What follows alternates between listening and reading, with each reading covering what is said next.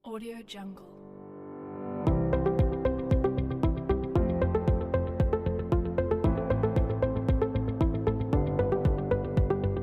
Audio Jungle.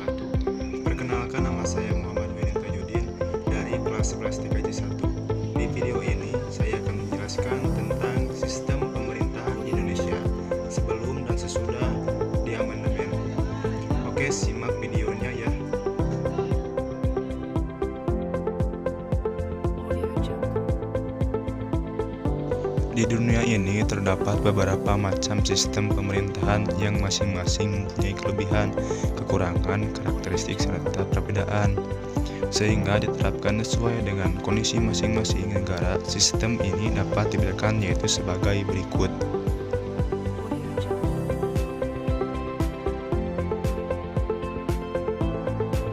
Yang pertama parlementer, yang kedua presidensial, semi presidensial, komunis, liberal, dan demokrasi liberal. Audio Jungle. Sistem pemerintahan merupakan cara pemerintah dalam mengatur segala yang berhubungan dengan pemerintahan. Audio Jungle.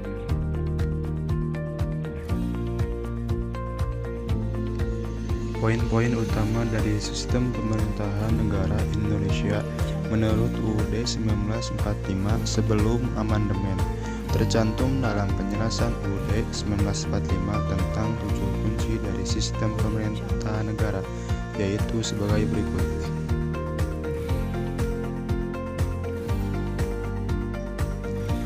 Yang pertama, Indonesia adalah negara yang berdasarkan hukum. Yang kedua, kekuasaan negara tertinggi di tangan MPR. Yang ketiga, sistem konstitusional. Yang keempat, presiden tidak bertanggung jawab kepada DPR. Yang kelima, presiden adalah penyelenggara negara tertinggi di bawah MPR. 6. Menteri negara adalah pembantu presiden. Menteri negara tidak bertanggung jawab kepada DPR. Yang ketujuh, kekuatan kepada kepala negara tidak terbatas.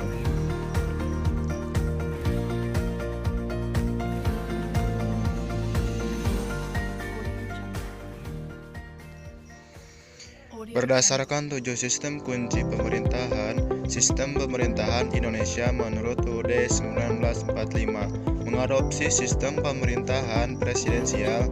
Disinilah kekuatan presiden dapat menghalangi seluruh pemerintahan sehingga tercipta pemerintahan yang stabil dan solid. Audio Jungle.